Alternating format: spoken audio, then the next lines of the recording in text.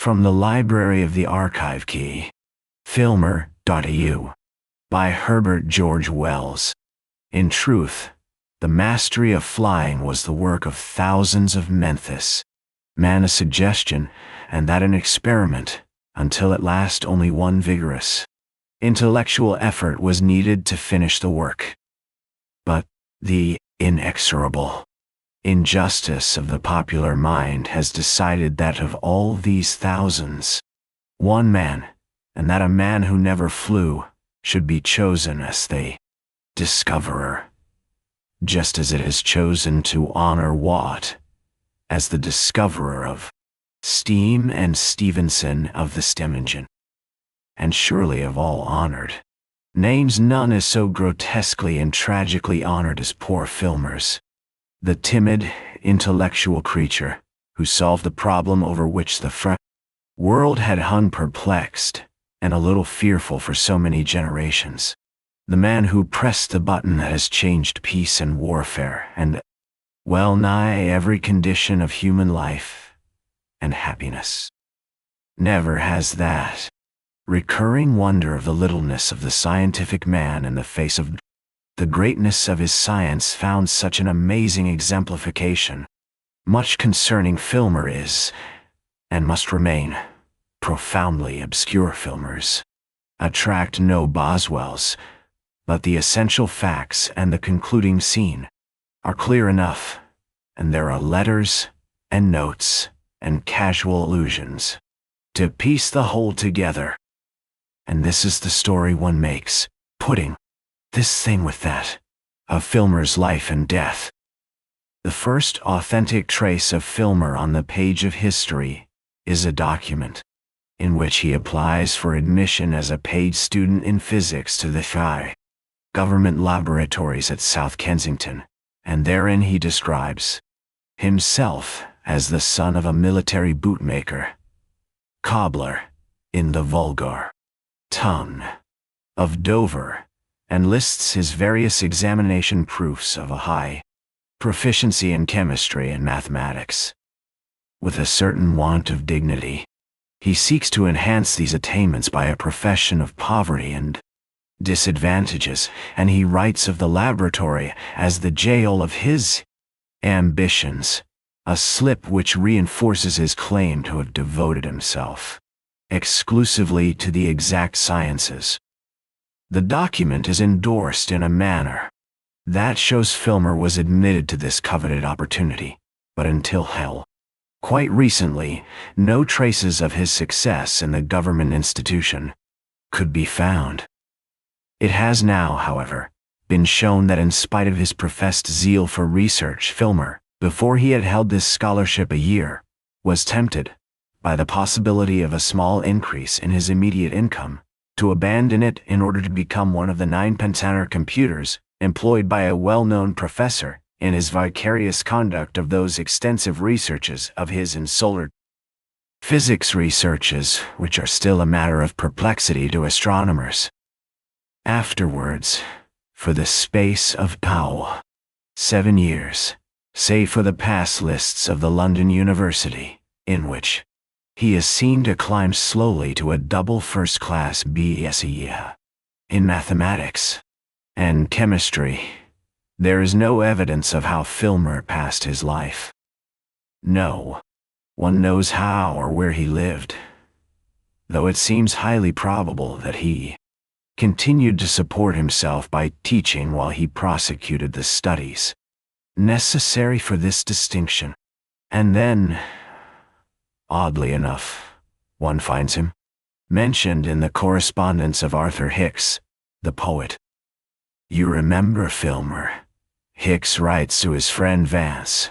Well, he hasn't altered a bit, the same hostile mumble and the nasty chin. How can a man contrive to be always 3 days from shaving and a sort of furtive air of being engaged in sneaking in front of one?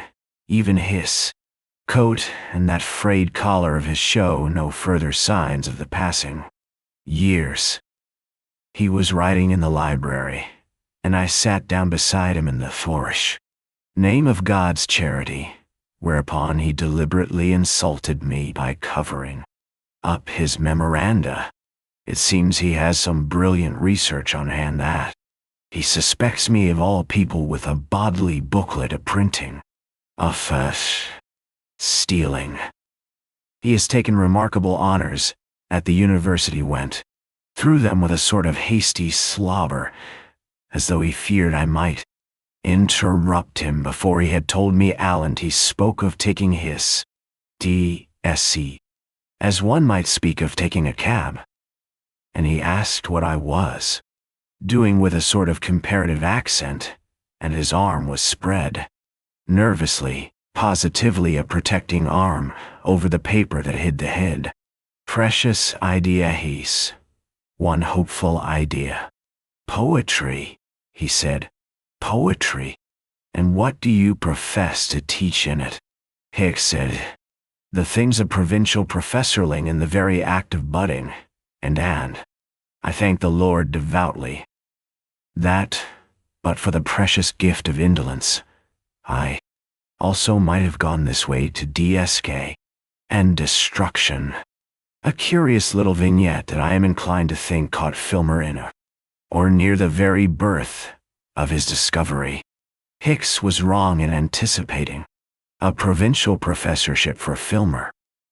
Our next glimpse of him is lecturing on rubber and rubber substitutes to the Society of Arche, had become manager to a great plastic substance manufactory, and at that time, it is now known, he was a member of the Aeronautical Society, albeit he contributed nothing to the discussions of that body, preferring no doubt to mature his great conception without externally assistance.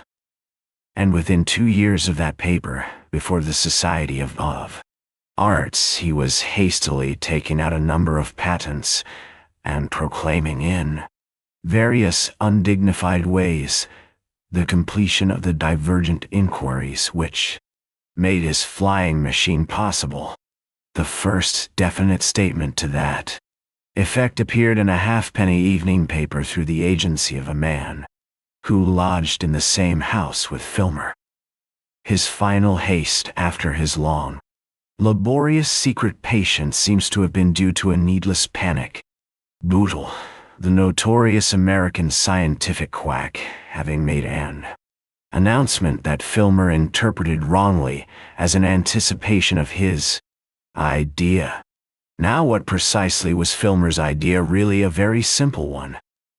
Before his time, the pursuit of aeronautics had taken 2 divergent lines, and had developed on the one hand balloon sludge apparatus lighter than air, easy in ascent, and comparatively safe in descent, but floating helplessly before any breeze that took them, and on the other, flying machines that flew only in theory, vast flat structures, heavier than air, propelled and kept up by heavy engines, and for the most part smashing at the first descent, but neglecting the fact that the way some resemptier inevitable final collapse rendered them impossible. The weight of the flying machines gave them this theoretical advantage, that they could go through the air against a wind, a necessary condition if aerial navigation was to have any practical value. It is Filmer's particular merit that he perceived the way in which the contrasted and hitherto incompatible merits of balloon and heavy flying machine might be combined in one apparatus, which should be at choice either heavier or lighter than air. He took hints from the contractile bladders of fish and the pneumatic cavities of birds. He devised an arrangement of contractile and absolutely closed balloons, which when expanded could lift the actual flying apparatus with ease, and when retracted by the complicated musculature he wove about them, were withdrawn almost completely into the frame, and he built the large framework which these balloons sustained, of hollow rigid tubes, the air in which, by an ingenious contrivance, was automatically pumped out as the apparatus fell, and which then remained exhausted so long as the aeronaut desired There were no wings or propellers to his machine, such as there had been to all previous aeroplanes, and the only engine required was the compact and powerful little appliance needed to contract the balloons. He perceived that such an apparatus as he had devised might rise with frame exhausted, and balloons expanded to a considerable height, might then contract its balloons and let the air into its frame, and by an adjustment of its weight slide down the air in any desired direction. As it fell, it would accumulate velocity, and at the same time lose weight, and the momentum accumulated by its downrush could be utilized by means of a shifting of its weights to drive it up in the air again as the balloons expanded. This conception, which is still the structural conception of all successful flying machines, needed, however, a vast amount of toil upon its details before it could actually be realized, and such toil Filmaris he was accustomed to tell the numerous interviewers who crowded upon him in the heyday of his fame, ungrudgingly and unsparingly gave. His particular difficulty was the elastic lining of the contractile balloon. He found he needed a new substance, and in the discovery and manufacture of that new substance, he had, as he never failed to impress upon the interviewers, performed a far more arduous work than even in the actual achievement of my seemingly greater discovery. Man, Westwhy. But it must not be imagined that these interviews followed hard upon Filmer's proclamation of his invention. An interval of nearly 5 years elapsed during which he timidly remained at his rubber factory. He seems to have been entirely dependent on his small income from this source, making misdirected attempts to assure a quite indifferent public that he really had invented what he had invented. He occupied the greater part of his leisure in the composition of letters to the scientific and daily press, and so forth, stating precisely the net result of his contrivances and demanding financial aid. That, alone, would have sufficed for the suppression of his letters. He spent such holidays as he could arrange in unsatisfactory interviews with the doorkeepers of leading London papers. She was singularly not adapted for inspiring hall porters with confidence, and he positively attempted to induce the War Office to take up his work with him. There remains a confidential letter from Major General Volleyfire to the Earl of Frogs. "The man's a crank and a bounder to boot," says the Major General in his bluff, sensible, army way, and so left it open for the Japanese to secure, as they subsequently did, the priority in this side of Torres. Warfare a priori, they still to our great discomfort retain. And then by a stroke of luck, the membrane Filmer had invented for his contractile balloon was discovered to be useful for the valves of a new oil engine, and he obtained the means for making a trial model of his invention. He threw up his rubber factory appointment, desisted from all further writing, and with a certain secrecy that seems to have been an inseparable characteristic of all his proceedings, set to work upon the apparatus. He seems to have directed the making of its parts, and collected most of it in a room in Shoreditch, but its final putting together was done at Dymchurch, in Kent. He did not make the affair large enough to carry a man, but he made an extremely ingenious use of what were then called the Marconi rays to control its flight. The first flight of this first practicable flying machine took place over some fields near Burford Bridge, near Hythe, in Kent, and Filmer followed and controlled its flight upon a specially constructed motor tricycle. The flight was, considering all things, an amazing success.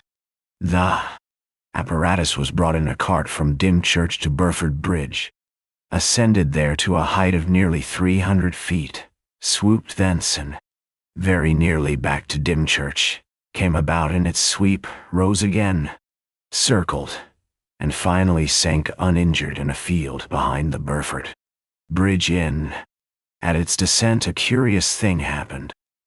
Filmer got off his Heimsa tricycle, scrambled over the intervening dike, advanced perhaps 20 yards towards his triumph, threw out his arms in a strange gesticulation, and fell down in a dead faint. Everyone could then recall the ghastliness of his features, and all the evidences of extreme excitement they had observed throughout the trial, things they might otherwise have forgotten. Afterwards in the inn, he had an unaccountable gust of hysterical weeping. Altogether, there were not 20 witnesses of this affair, and those for the most part uneducated men. The New Romney doctor saw the ascent but not the descent, his horse being frightened by the electrical apparatus on Filmer's tricycle and giving him a nasty spill. 2 members of the Kent Constabulary watched the affair from a cart in an unofficial spirit, and a grocer calling round the marsh for orders, and 2 lady cyclists seem almost to complete the list of educated people. There were 2 reporters present, one representing a Folkestone paper, and the other being a 4th-class interviewer and symposium journalist. Who's one? Expenses down, Filmer, anxious as ever for adequate advertisement and, now, quite realizing the way in which adequate advertisement may be obtained, had paid.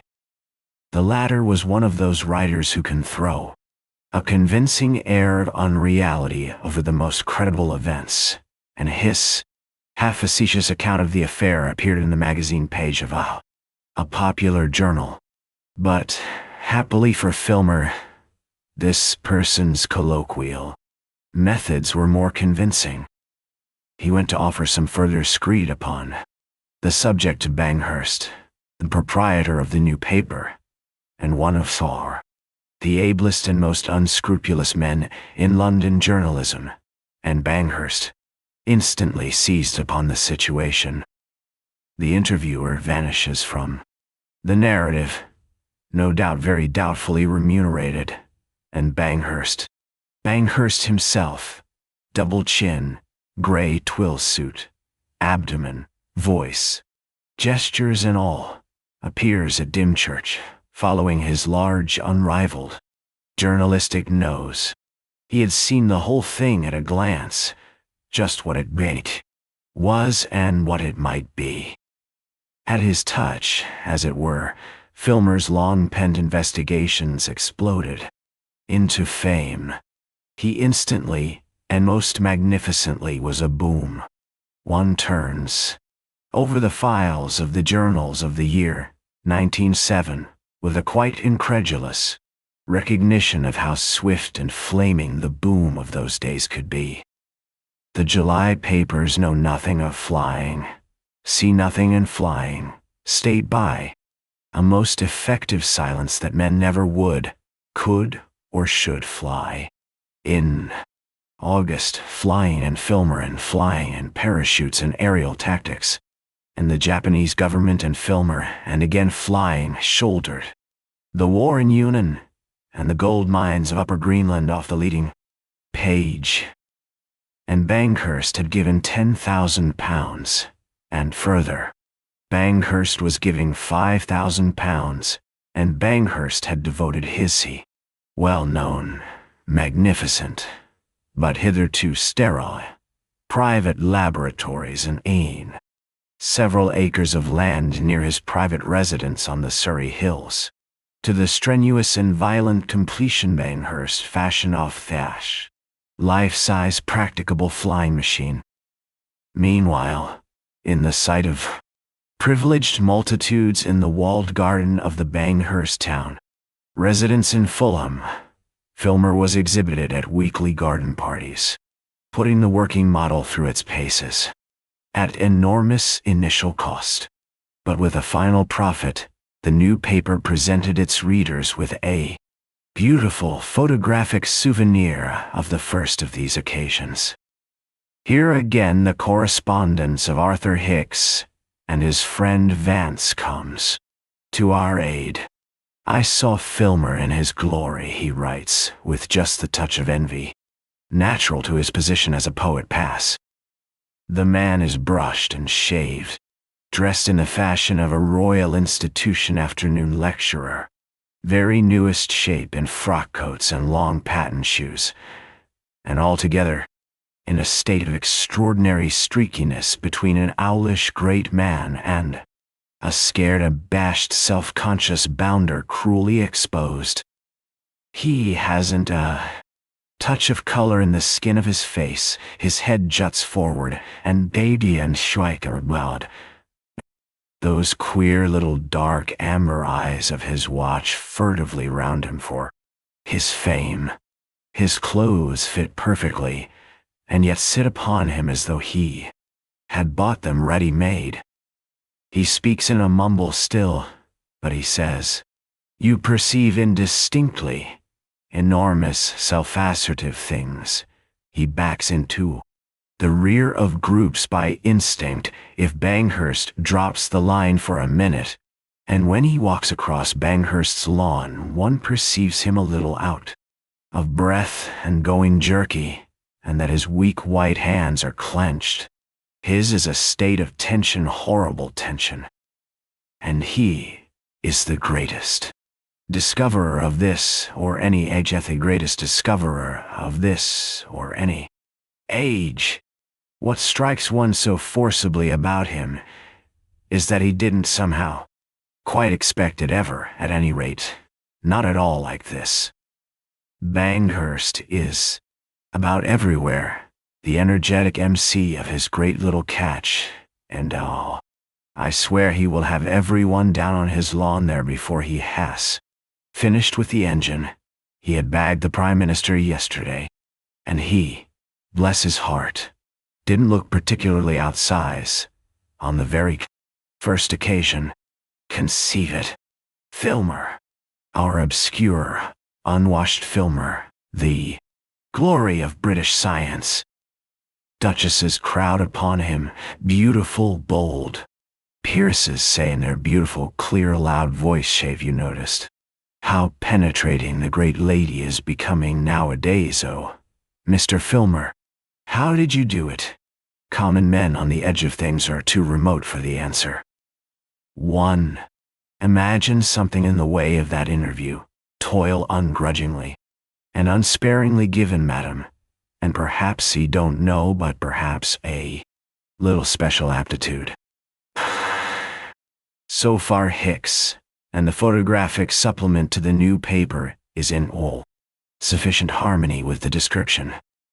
In one picture, the machine swings down towards the river, and the tower of Fulham Church appears below it through a gap in the elms, and in another, Filmer sits at his guiding batteries, and the great and beautiful of the earth stand around him, with Banghurst massed modestly but resolutely in the rear.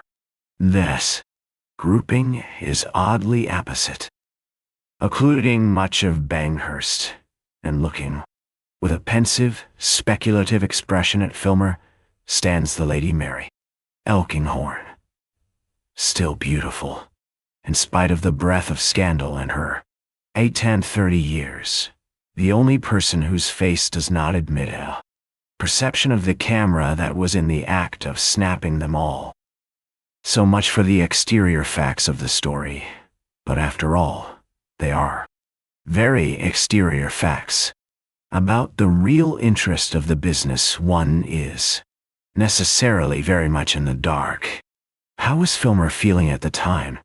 How much was a certain unpleasant anticipation present inside that very new and fashionable frock coat. He was in the halfpenny, penny, sixpenny, and more expensive papers alike, and acknowledged by the whole world as the greatest discoverer of this or any age. He had invented a practicable flying machine, and every day down among the Surrey Hills the life-size model was getting ready. And when it was ready, it followed as a clear, inevitable consequence of his having invented and made it everybody in the world indeed seemed to take it for granted. There wasn't a gap anywhere in that serried front of anticipation that he would proudly and cheerfully get aboard it, ascend with it, and fly. But we know now pretty clearly that simple pride and cheerfulness in such an act were singularly out of harmony with Filmer's private constitution. It occurred to no one at the time, but there the fact is. We can guess with some confidence now that it must have been drifting about in his mind a great deal during the day, and from a little note to his physician complaining of persistent insomnia, we have the soundest reason for supposing it dominated his nights. The idea that it would be, after all, in spite of his theoretical security, an abominably sickening, uncomfortable, and dangerous thing for him to flap about in nothingness 1,000 feet or so in the air. It must have dawned upon him quite early in the period of being the greatest discoverer of this, or any age, the vision of doing this and that, with an extensive void below. Perhaps someone in his youth he had looked down a great height, or fallen down in some excessively uncomfortable way. Perhaps some habit of sleeping on the wrong side had resulted in that disagreeable falling. Nightmare, one knows, and given him his horror of the strength of that horror, there remains now not a particle of doubt. Apparently he had never weighed this duty of flying in his earlier days of research. The machine had been his end, but now things were opening out beyond his end, and particularly this giddy whirl up above there. He was a discoverer, and he had discovered. But he was not a flying man. It was only now that he was beginning to perceive clearly that he was expected to fly. Yet, however much the thing was present in his mind, he gave no expression to it until the very end. And meanwhile, he went to and fro from Banghurst's magnificent laboratories, and was interviewed and lionized, and wore good clothes, and ate good food, and lived in an elegant flat, enjoying a very abundant feast of such good, coarse, wholesome fame and success as a man, starved for all his years, as he had been starved, might be reasonably expected to enjoy. After a time, the weekly gatherings in Fulham ceased. The model had failed one day just for a moment to respond to Filmer's guidance, or he had been distracted by the compliments of an archbishop. At any rate, it suddenly dug its nose into the air just a little too steeply as the archbishop was sailing through a Latin quotation for all the world like an archbishop in a book, and it came down in the Fulham Road within 3 yards of a bus horse. It stood for a second, perhaps, astonishing, and in its attitude astonished. Then it crumpled, shivered into pieces, and the bus horse was incidentally killed. Filmer lost the end of the archiepiscopal compliment. He stood up and stared as his invention swooped out of sight and reach of him. His long, white hands still gripped his useless apparatus. The archbishop followed, his skyward stare with an apprehension unbecoming in an archbishop. Then came the crash and the shouts and uproar from the road to relieve Filmer's tension. "My God," he whispered, and sat down. Everyone else almost was staring to see where the machine had vanished, or rushing into the house. The making of the big machine progressed all the more rapidly for this. Over its making presided Filmer, always a little slow and very careful in his manner, always with a growing preoccupation in his mind. His care over the strength and soundness of the apparatus was prodigious. The slightest doubt, and he delayed everything until the doubtful part could be replaced. Wilkinson, his senior assistant, fumed at some of these delays, which, he insisted, were for the most part unnecessary. Banghurst magnified the patient certitude of Filmer in the new paper, and reviled it bitterly to his wife, and MacAndrew, the second assistant, approved Filmer's wisdom. "We're not wanting a fiasco man," said MacAndrew. "He's perfectly well advised." And whenever an opportunity arose, Filmer would expound to Wilkinson, MacAndrew, just exactly how every part of the flying machine was to be controlled and worked, so that in effect they would be just as capable, and even more capable, when at last the time came, of guiding it through the skies. Now, I should imagine that if Filmer had seen fit at this stage to define just what he was feeling, and to take a definite line in the matter of his assent, he might have escaped that painful ordeal quite easily. If he had had it clearly in his mind, he could have done endless things. He would surely have found no difficulty with a specialist to demonstrate a weak heart, or something gastric or pulmonary, to stand in his way. That is the line I am astonished he did not take, or he might, had he been man enough, have declared simply and finally that he did not intend to do the thing. But the fact is, though the dread was hugely present in his mind, the thing was by no means sharp and clear. I fancy that all through this period he kept telling himself that when the occasion came, he would find himself equal to it. He was like a man just gripped by a great illness, who says he feels a little out of sorts, and expects to be better presently. Meanwhile, he delayed the completion of the machine, and let the assumption that he was going to fly it take root and flourish exceedingly about him. He even accepted anticipatory compliments on his courage, and, barring this secret squeamishness, there can be no doubt he found all the praise and distinction and fuss.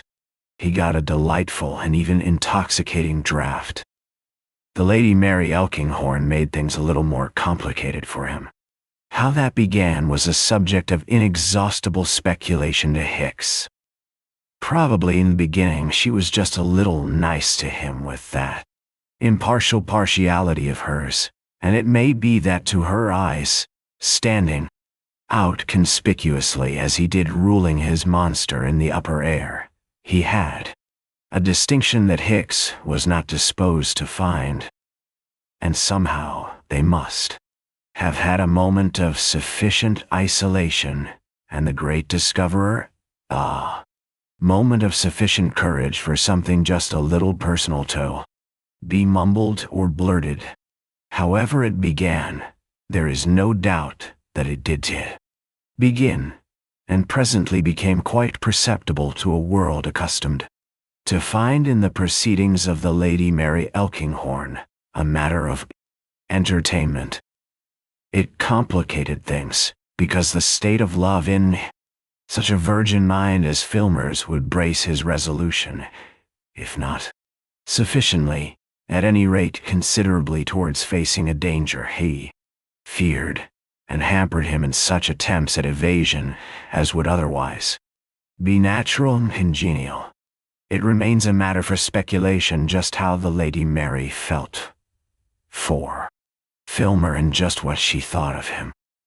At 38 one may have gathered much wisdom, and still be not altogether wise, and the sector. Imagination still functions actively enough in creating glamours and effecting the impossible. He came before her eyes as a very central man, and that always counts, and he had powers, unique powers as it seemed, at any rate, in the air.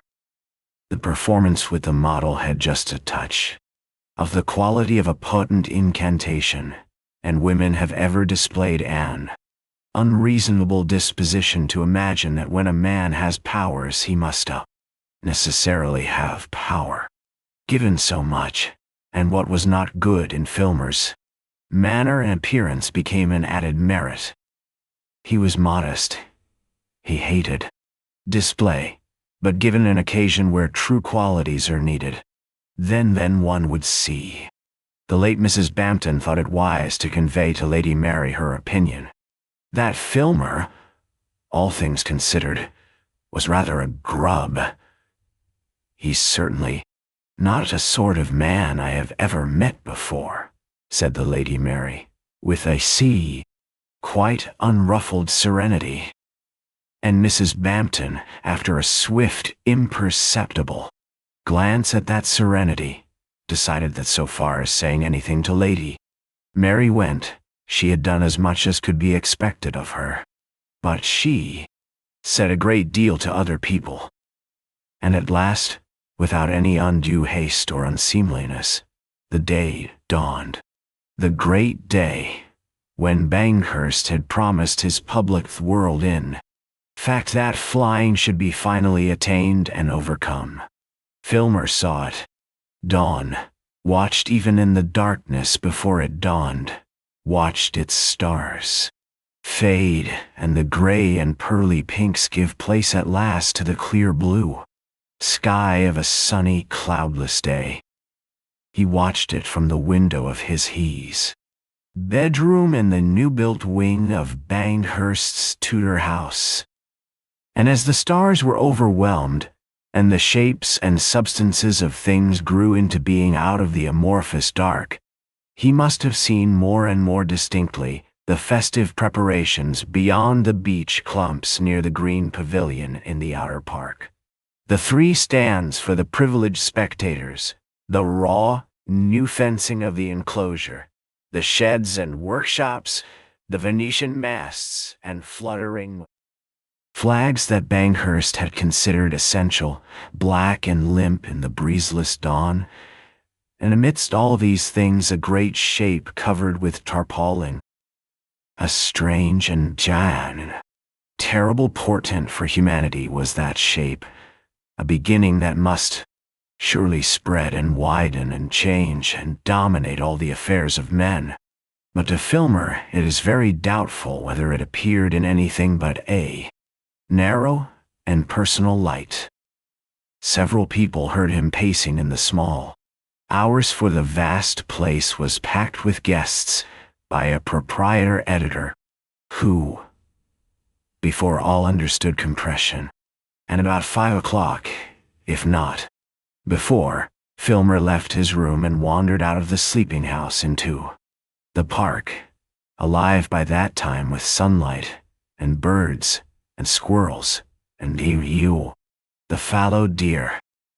McAndrew, who was also an early riser, met him near the machine, and they went and had a look at it together. It is doubtful if Filmer took any breakfast, in spite of the urgency of Banghurst. So soon as the guests began to be about in some number, he seems to have retreated to his room. Thence about 10, he went into the infirmary, very probably because he had seen the Lady Mary Elkinghorn there. She was walking up and down, engaged in conversation with her old school friend, Mrs. Brewis-Craven, and although Filmer had never met the latter lady before, he joined them and walked beside them for some time. There were several silences in spite of the Lady Mary's brilliance. The situation was a difficult one, and Mrs. Brewis-Craven did not master its difficulty. He struck me, she said afterwards with a luminous self-contradiction, as a very unhappy person who had something to say, and wanted before all things to be helped to say it. But how was one to help him when one didn't know what it was at 11:30? The enclosures for the public in the outer park were crammed. There was an intermittent stream of equipages along the belt which circles the outer park, and the house party was dotted over the lawn and shrubbery and the corner of the inner park, in a series of brilliantly attired knots, all making for the flying machine. Filmer walked in a group of 3 with Banghurst, who was supremely and conspicuously happy, and Sir Theodore Hickle, the president of the Aeronautical Society. Mrs. Banghurst was close behind with the Lady Mary, Elkinghorn, Georgina Hickle, and the Dean of Stays. Banghurst was large and copious in speech, and such interstices as he left were filled in by Hickle with complimentary remarks to Filmer, and Filmer walked between them, saying not a word except by way of unavoidable reply. Behind Mrs. Banghurst listened to the admirably suitable and shapely conversation of the Dean with that fluttered attention to the ampler clergy. 10 years of social ascent and ascendancy had not cured in her, and the Lady Mary watched, no doubt with an entire confidence in the world's disillusionment, the drooping shoulders of the sort of man she had never met before. There was some cheering as the central party came into view of the enclosures, but it was not very unanimous nor invigorating cheering. They were within 50 yards of the apparatus when Filmer took a hasty glance over his shoulder to measure the distance of the ladies behind them, and decided to make the first remark he had initiated since the whole house had been left. His voice was just a little hoarse, and he cut in it on Banghurst in mid-sentence on progress. "I say, Banghurst," he said, and stopped. "Yes," said Banghurst. "I wish." He moistened his lips. "I'm not feeling well." Banghurst stopped dead. He shouted. "A queer feeling." Filmer made to move on, but Banghurst was immovable. "I don't know. I may be better in a minute. If not, perhaps McAndrew." "You're not feeling well," said Banghurst, and stared at his white face. "My dear," he said, as Mrs. Banghurst came up with them, "Filmer says he isn't feeling well." "A little queer," exclaimed Filmer, avoiding the Lady Mary's eyes. "It may pass off." There was a pause. It came to Filmer that he was the most isolated person in the world. "In any case," said Banghurst, "the ascent must be made. Perhaps, if you were to sit down somewhere for a moment." "It's the crowd, I think," said Filmer. There was a second pause. Banghurst's eye rested in scrutiny on Filmer, and then swept the sample of public in the enclosure. "It's unfortunate," said Sir Theodore Hickle, "but still I suppose your assistance, of course, if you feel out of condition and disinclined." "I don't think Mr. Filmer would permit that for a moment," said Lady Mary. "But if Mr. Filmer's nerve is ruined, it might even be dangerous for him to attempt." Hickle coughed. "It's just because it's dangerous," began the Lady Mary, and felt she had made her point of view and Filmer's plain enough. Conflicting motives struggled for Filmer. "I feel I ought to go up," he said, regarding the ground. He looked up and met the Lady Mary's eyes. "I want to go up," he said, and smiled whitely at her. He turned towards Banghurst. "If I could just sit down somewhere for a moment out of the crowd and sun." Banghurst, at least, was beginning to understand the case. "Come into my Little room in the green pavilion, he said. It's quite cool there. He took Filmer by the arm. Filmer turned his face to the Lady Mary Elkinghorn again. I shall be all right in 5 minutes, he said. I'm tremendously sorry. The Lady Mary Elkinghorn smiled at him. I couldn't think, he said to Hickle, and obeyed the compulsion of Banghurst's pull. The rest remained watching the two recede. He is so fragile, said the Lady Mary. He's certainly a highly nervous type, said the Dean, whose weakness it was to regard the whole world, except married clergymen with enormous families, as neurotic, of course, said Hickle. It isn't absolutely necessary for him to go up because he has invented. How could he avoid it? Asked the Lady Mary, with the faintest shadow of scorn.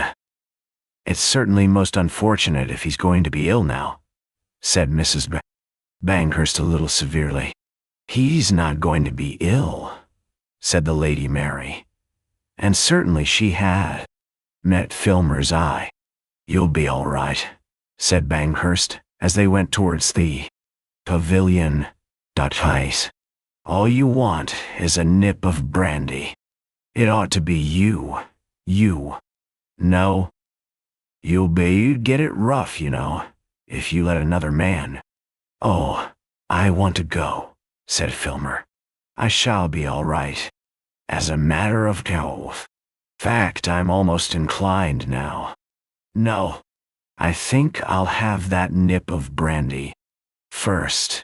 Banghurst took him into the little room and routed out an empty decanter. He departed in search of a supply. He was gone perhaps 5 minutes. The history of those 5 minutes cannot be written.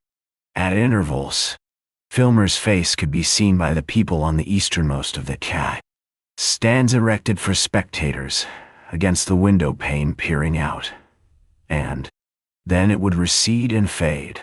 Banghurst vanished shouting behind the grandstand, and presently the butler appeared going pavilionward with a tray die. The apartment in which Filmer came to his last solution was a pleasant little room very simply furnished with green furniture, and an old bureau. For Banghurst was simple in all his private ways. It was hung with little engravings after Moreland, and it had a shelf of books. But as it happened, Banghurst had left a rook rifle he sometimes played with on the top of the desk, and on the corner of the mantel-shelf was a tin with 3 or 4 cartridges remaining in it. As Filmer went up and down that room wrestling with his intolerable dilemma, he went first towards Sire, the neat little rifle athwart the blotting pad, and then towards the neat little red label, 22, long.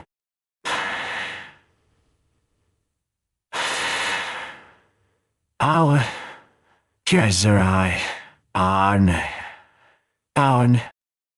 thing must have jumped into his mind in a moment. Nobody seems to have connected the report with him, though the gun, being fired in a confined space, must have sounded loud, and there were several people in the billiard room, separated from him only by a lath-and-plastered partition. But directly Banghurst's butler opened the shower door and smelt the sour smell of the smoke, he knew, he says, what had happened. For the servants at least of Banghurst's household had guessed something of what was going on in Filmer's mind. All through that trying afternoon, Banghurst behaved as he held a man should behave in the presence of hopeless disaster, and his guests, for the most part, succeeded in not insisting upon the fact, though to conceal their perception of it altogether was impossible, that Banghurst had been pretty elaborately and completely swindled by the deceased. The public in the enclosure, Hicks told me, dispersed like a party that has been ducking a welsher. and there wasn't a soul in the train to London. It seems, who hadn't known all along that flying was a quite impossible thing for man. But he might have tried it, said many, after carrying the thing so far.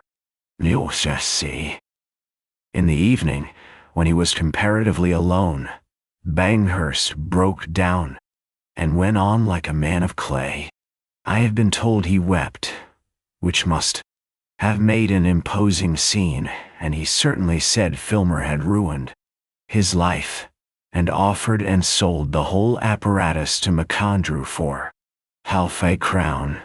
I've been thinking, said MacAndrew at the conclusion of the bargain, and stopped. The next morning, the name of Filmer was for the first time less conspicuous in the new paper than in any other daily paper in the world. The rest of the world's instructors, with varying emphasis, according to their dignity and the degree of competition between themselves and the new paper, proclaimed the entire failure of the new flying machine, and suicide of the impostor. But in the district of North Surrey, the reception of the news was tempered by a perception of unusual aerial phenomena. Overnight, Wilkinson and MacAndrew had fallen into violent argument on the exact motives of their principal's rash act. The man was certainly a poor, cowardly body, but so far as his science went, he was no impostor, said MacAndrew, and I'm prepared to give that proposition a very practical demonstration, Mr. Wilkinson, so soon as we've got the place a little more to ourselves. For I've no faith in all this publicity for experimental trials.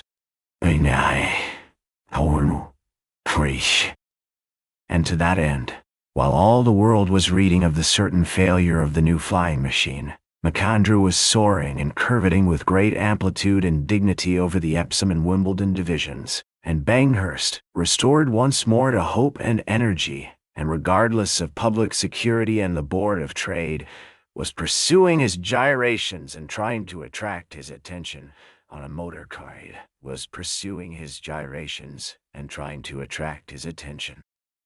And in his pajamashi had caught sight of the ascent when pulling up the blind of his bedroom window, equipped, among other things, with a film camera that was subsequently discovered to be jammed. And Filmer was lying on the billiard table in the green pavilion with a sheet about his body,